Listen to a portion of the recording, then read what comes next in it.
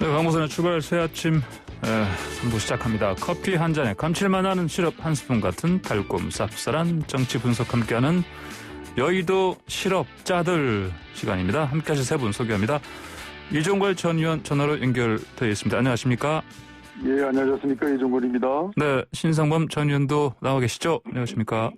네, 신성범입니다. 반갑습니다. 반갑습니다. 김경진 전 의원님도 지금 나와 계시죠? 안녕하십니까? 네, 안녕하세요. 김경진입니다. 네, 자 먼저 김종철 정의당 대표 성추행 사실 드러나서 뭐 지금 전격 사퇴했고 또 뭐 직위 해제됐고요. 자 피해자 장혜영 의원은 형사 고소 원치 않는다 이게 밝힌 상황입니다.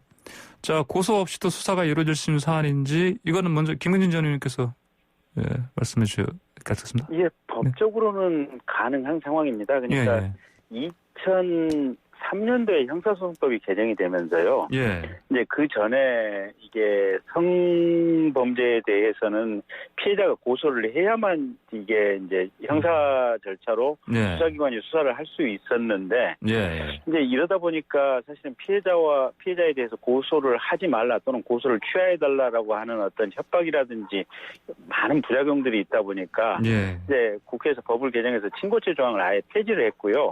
그러다 보니까 피해자가 고소를 하지 않거나 어떻게 보면 신고를 안 했다고 하더라도 수사기관이 하시라도 수사를 할 수 있는 또 해야 하도록 이렇게 현재 법이 그렇게 규정이 돼 있고요. 근데 특히 최근에 이제 시민단체에서 아마 이제 이 상황을 고발을 하다 보니까 경찰 입장에서는 수사를 안 할래야 안 할 수 없는 그런 상황이 된 것 같습니다. 그러니까요.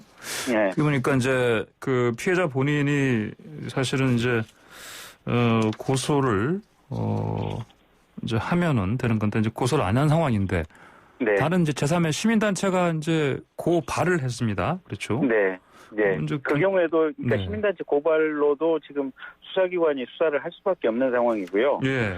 다만 피해자는 이게 이 시민단체 고발이 대단히 이제 이렇게 마땅하지 않다라고 하는 어떤 심경을 피력을 했고. 피해자가 자신이 원하는 방식으로 이 문제에 대처할 수 있도록 해줬으면 좋겠다라고 말씀을 하시는데 어쨌든 경찰 입장에서는 이제 수사를 해야 되는 상황이고요.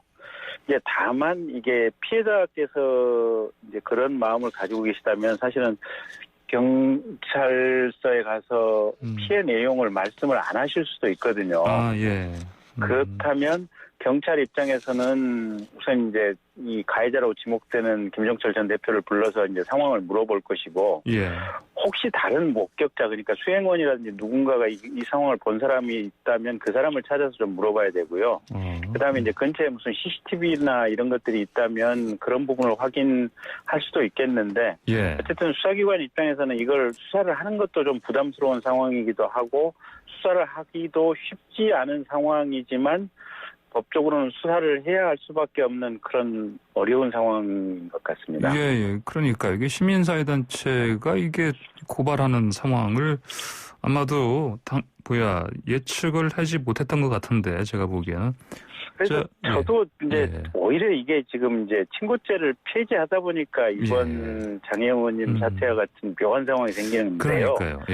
차라리 이게 국회 법을 개정을 통해서 피해자가 가령 이제 판사님이 직접 피해자 의사를 확인을 해서 사건을 원치 않는다 이런 부분이 이제 법관에 의해서 명확하게 확인이 된다면. 그런 경우에는 제한적으로 과거로 돌아가서 어떻게 보면 사건 수사를 안 하는 쪽으로 입법화하는 것도 한번 고려해 볼 만하지 않을까 그런 생각도 잠시 들었습니다. 그렇군요. 이종걸 전 의원님께서는 지금 상황 어떻게 보십니까? 이게 사실 그 피해자 본인은 고소하지 않겠다 했는데 갑자기 느닷없이 이제 제3자 시민단체가 고발을 해버렸습니다. 이게 뭐 고발이나 고소와 관계없이 이제 수사가 가능한 것이니까 시민단체 고발이라는 것은 단지 이제 수사를 촉구하는 정도 의미가 있는 거겠죠. 그러니까 사건이 있으면 조사해야 될 의무와 실체적 진실을 규명해야 될 수사기관의 역할이 있으니까 그것은 지금 있는 법체계로서는 수사를 아니할 수는 없습니다. 그리고 또 이제 말씀하시는 것처럼 혹시 입법적으로 원치 않는 명백한 의사가 있을 때 이제 수사를 중단한다든지 안 하게 되는 그런 법제도는 그때 반의사불벌죄라고 있죠. 예. 이번 개정하면서 반의사불벌죄, 친고죄 그 제도가 다 이제 폐지된 것이니까 그것도 이제 할 수가 없습니다. 예를 들면 지금 우리 장 의원님은 2차적 피해를 여러 가지로 드는데요. 본질적인 2차적 피해는 사실 용서를 강요하거나 협박하는 거예요. 고소 취소를 요구하는 거, 뭐 이런 거거든요. 옛날에 고소 친고죄일 경우에 고소 취소를 계속 요구하면서 뭐 용서를 구하고 뭐 이러면서 이제 더 피해가 누중되는 거죠. 거기에다가 지금 이제 그 장 의원님은 이것을 사회적으로 책임을 묻는 과정에서 이제 어차피 수사하면서 이제 이렇게 언론에 나오고 그러니까 사회적 책임을 묻게 되지 않겠습니까? 그런 경우에 정말 부당한 2차 가해가 있다 이러면서 내가 원치도 않는데 그 3자 고발이 또 피해가 되고 있다 이런 그 아주 확대된 2차 가해에 관한 피해에 대한 말씀도 이제 하고 있는데요. 하여튼간에 저는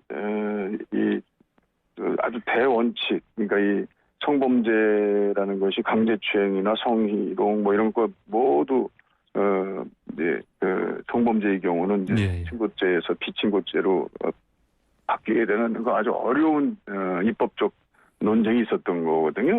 그것을 사회적으로 바꿨기 때문에 다시 입법적으로 이렇게 그걸 검토하기는 좀 어려운 것 같고요. 그러나 지혜롭게 이 경우에 보면 강제추행이냐 아니냐 또 뭐 추행이냐 아니냐 이렇게 사실규명으로 들어가느니 보다 그 본인의 그 의원의 지위라든지 기타 이걸 처리하고 관리할 수 있는 충분한 능력이 있는 분인데 본인이 그걸 수사를 원치 않고 또 수사에 협조하지 않는다라고 한다면 어찌 보면 수사기관으로서의 그 진실규명, 진실 발견 의무도 그만큼 이제 면해지는 거 아니냐라고 하는 판단을 낼 수 있게 하는 것이 옳지 않겠나 이런 생각합니다. 한마디로 지금 수사는 결국 이제 고발을 이루어졌으니까 할 수밖에 없는 상황이다 이렇게 지금 봐야 되겠습니다. 그러면 신상진 범전님께서는 지금 이 장혜영 의원의 처지 이거 어떻게 봐야 되겠습니까? 이게 지금 법적으로 뭐 친고죄 아니냐 이 중요한 게 아니고 본인의 피해 당사자의 시각과 관점 그 사람이 뭘 원하느냐가 중요해요. 왜 그러냐면 가장 중요하죠. 왜 그러냐면 형사고소 여부가 왜 중요합니까? 피해자의 권리를 찾는 방법 중에 하나잖아요.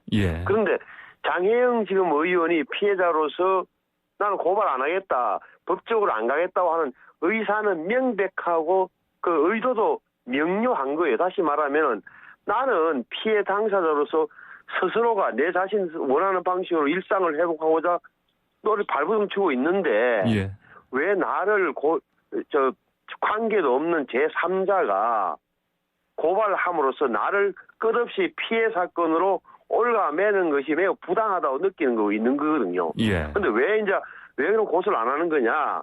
이건 가해자 그러니까 김종철 대표를 위한 것이 아니라 제 자신을 위한 선택입니다라고 명료하게 밝히고 있는 거예요. 왜 그러냐? 가해자의 시인, 그 공당의 정의당의 내부 절차로 해서 성추행 사실이 밝혀졌고 공동체적 책임을 묻는 과정이 진행 중인데 왜 내가 원치도 않는 제3자가 고발하느냐 이 말이에요.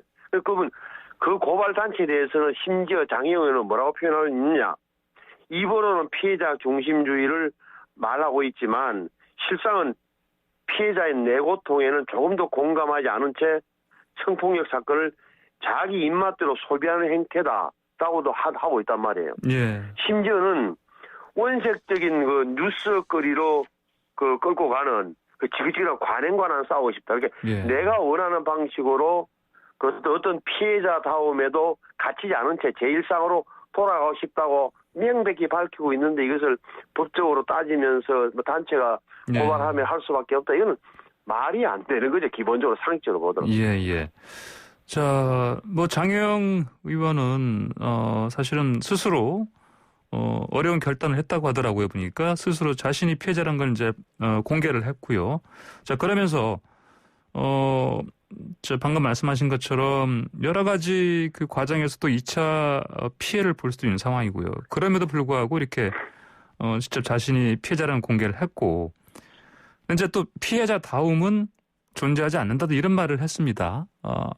이런 대응, 왜 이런 대응을 하고 나섰는지 이것도 좀 우리가 더 섬세하게, 세세하게 좀 살펴봐야 될 문제 같습니다. 어떻게들 생각하십니까? 아니, 앵커님, 저 신성범입니다. 근데 네네네. 이게 장혜영 의원의 발언 가운데, 그렇게 적어도 제가 읽어보기로는 2차 가해에 대한 두려움 때문에 그것이 드러날까 봐서 2차 피해를 당할까 봐서 난 고발하지 않겠다는 건 내용 전혀 아니에요. 그거 아니고요. 제가 드린 말씀은요. 두렵지만은 그럼에도 저는 공개한다 이렇게 얘기했다 제가 말씀드렸습니다. 예. 아유, 근데 피해자다.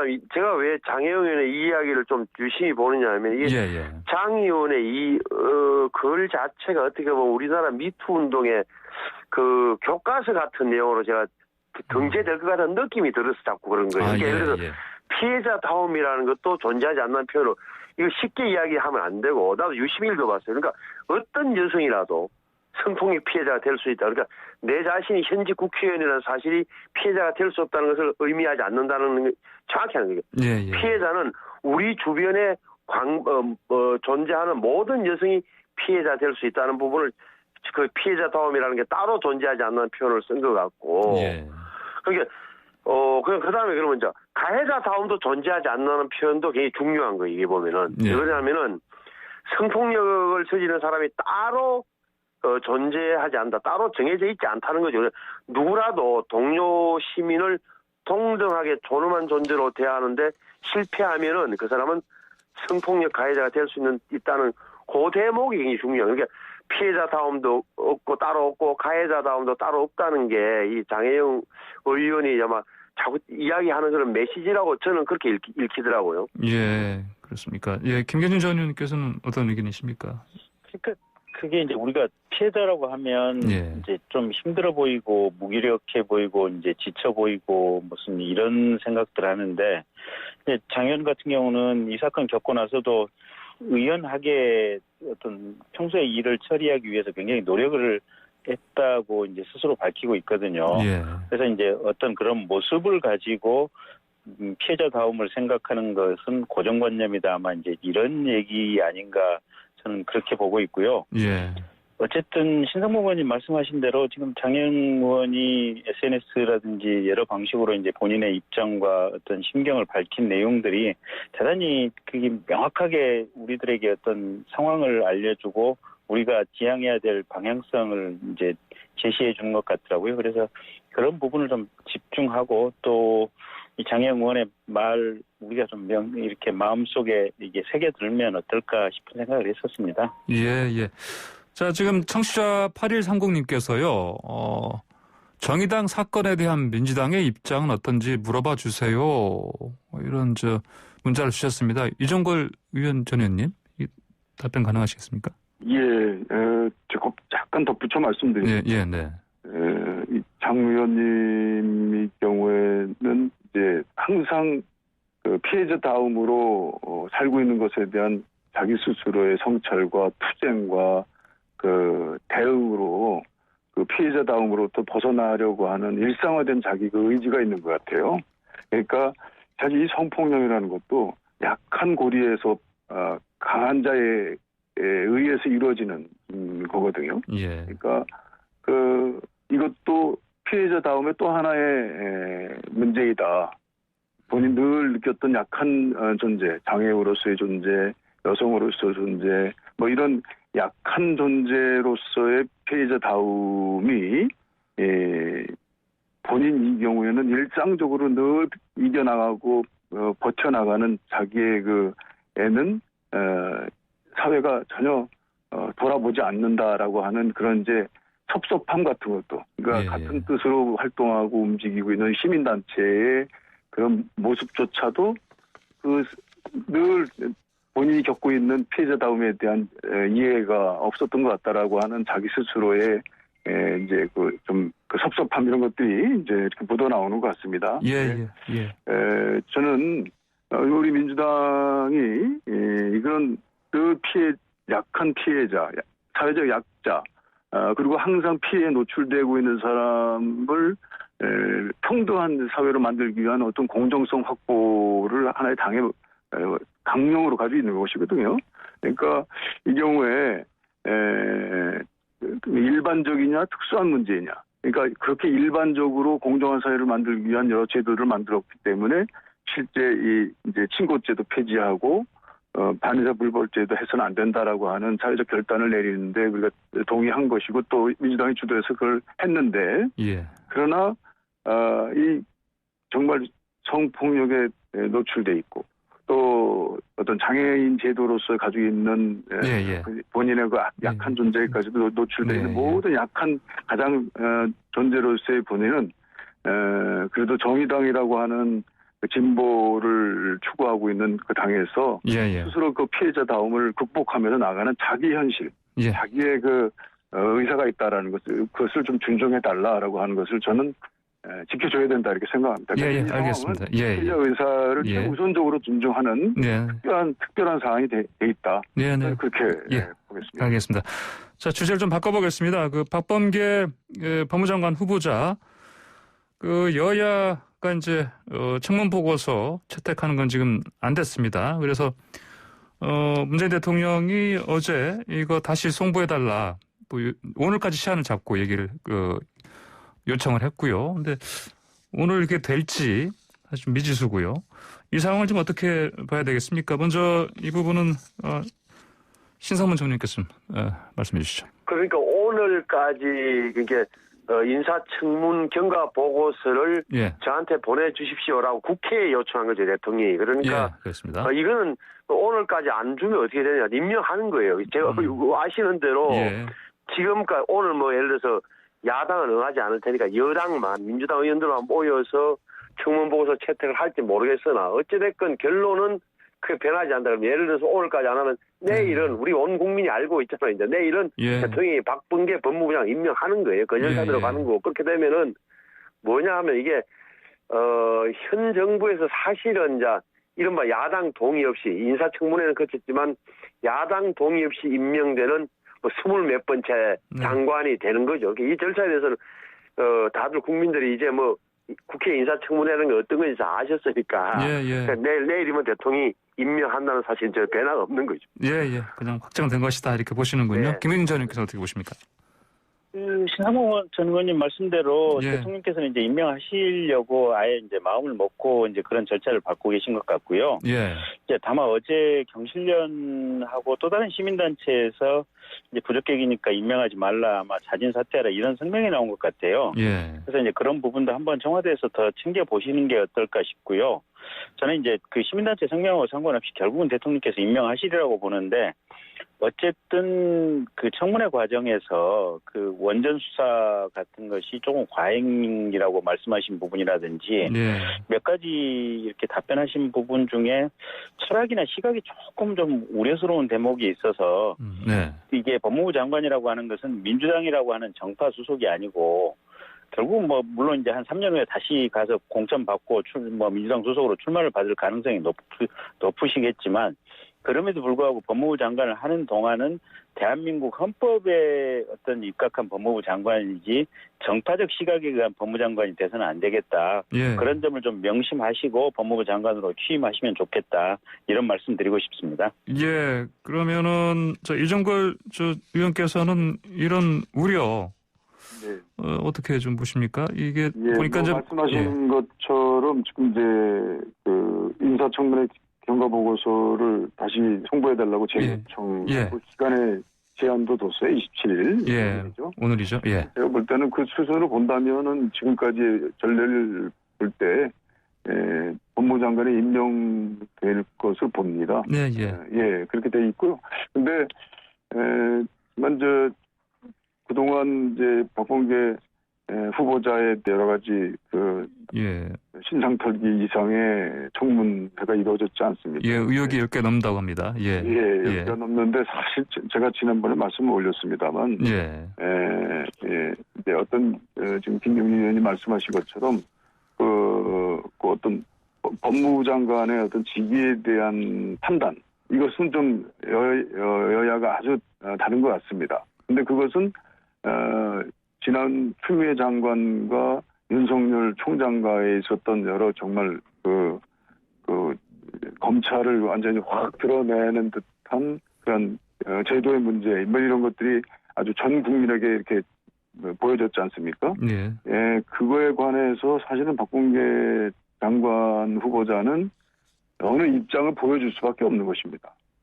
그 입장에 의하지 않는다면 사실은 다음번 추미애 장관과 윤석열 총장 사이에 있었던 그 법무부와 검찰 내부의 문제들을 정리하거나 마무리 잘할 수 있는 그런 구원투수의 역할을 좀 맡고 있는 상황에서 자격이 없다고 볼 수 있는 거죠. 그러니까 지금 저는 그런 그 아주 어려운 첨두와 같은 상황에서 박범계 장관 후보자는 아주 본인의 뜻을 잘 밝히면서도 그래도 야당의 아주 완전한 비난을 받을 만한 그런 실수도 하지 않았고 저희 입장을 잘 견지했다고 저는 봅니다. 예, 알겠습니다. 그리고 이제 그 나머지 지금 이제 이렇게 제기된 의혹들은 지금 살펴보시면 과거 그 장관 청문회 전례도 비춰보듯이 대부분 이게 이제 사진 한 장 가지고 거기 사진 가지고 어떻게 그 사람과의 관계를 추단할 수 있겠습니까? 그런 정도의 내용들이고 그리고 몇 가지 이제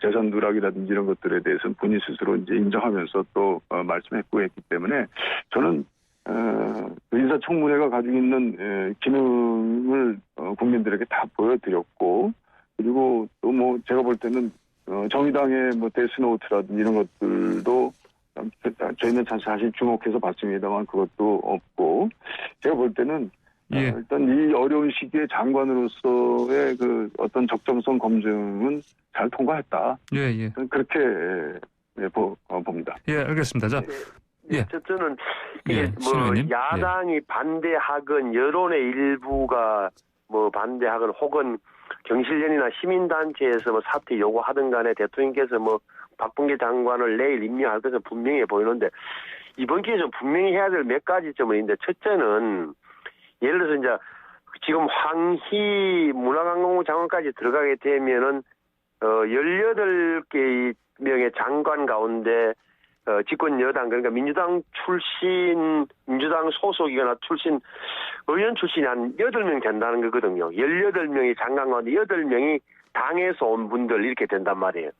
그 부분이 과연 어떻게 앞으로 그렇게 박근혜 대통령, 이명박 대통령 때도 의원들이 장관을 한 적이 있는데 이렇게 많은 적은 없어요. 제 기억이 맞다면 아마 박근혜 대통령이 때문에 6명, 5명 기억이 있는데 어찌됐건 이렇게 18명 가운데 8명을 의원 출신들이 가 있는 이 형태가 대통령제의 취지에 맞느냐는 부분이 하나 있는 거고 또 하나는 중요한 부처 장관, 예를 들어서 박범계 법무부 장관, 전해철 행정안전부 장관, 그 황희 문화체육관광부 장관 이런 3개 부처 같은 경우는 사실은 선거와 밀접하게 관련이 있어요. 그리고 행안부도 그렇고 법무부도 그렇고 심지어는 문화체육관광부도 어떻게 보면 모든 언론과 문화체육, 그 종교 이런 걸 다 관장하는 부서이기 때문에 굉장히 중요하고 국민의 이데올로기를 다루는 부서란 말이에요. 이런데 저는 감히 말하자면은 이 특히 세 분의 경우에는 법무, 행안,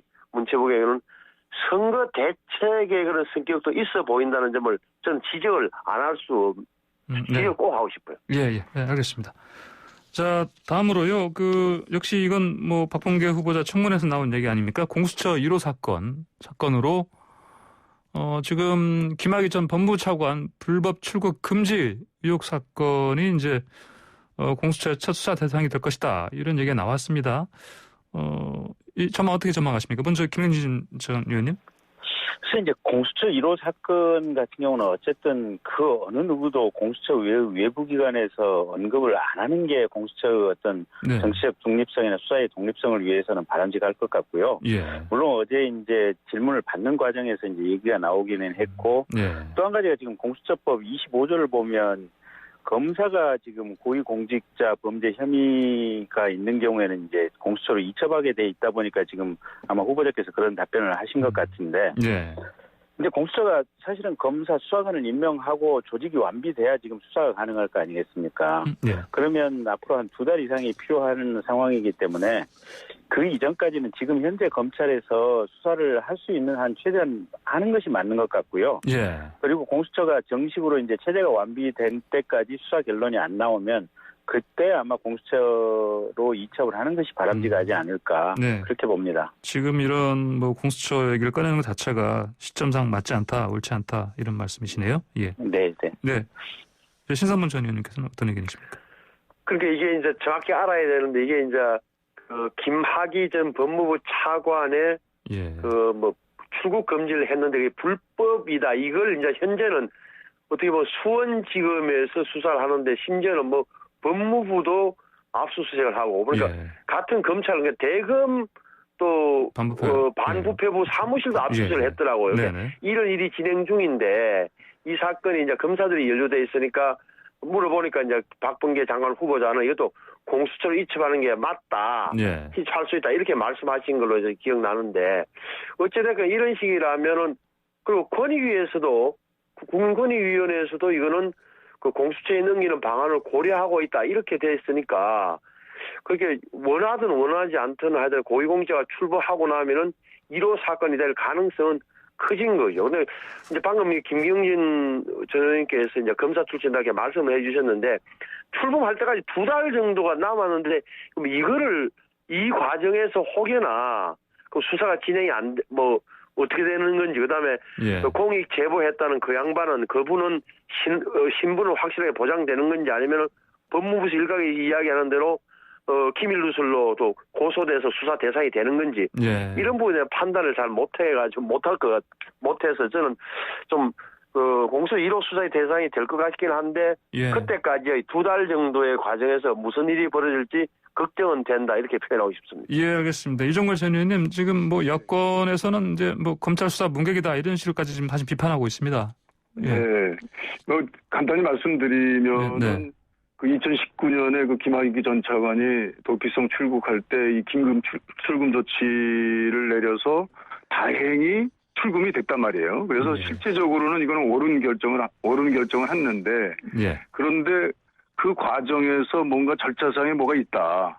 뭘 이렇게 위조를 했다든지 아니면 출금할 때는 이제 수사가 진행되는데 수사가 아직 없다면 출금이 안 되는 건데 그걸 수사가 있는 것처럼 뭐 했다든지 뭐 이런 좀 절차에 있어서 약간의 미비가 있다. 근데 결과는 반드시 긴급 출금을 했었어야 되고 잘 됐기 때문에 당연 좋다. 예. 그런데 이제 그때 관여했던 바로 분이 그 지금 현재 이성윤 중앙지검장이에요. 예. 중앙지검장은 추미애 쪽에서 내가 지금 윤석열 총장이 검찰총장으로 되고 난 다음에 굉장히 좀 곤란을 겪을 수 있는 거예요. 말하자면 윤석열 총장 측에서 반격을 가하고 있는 상황이죠. 예.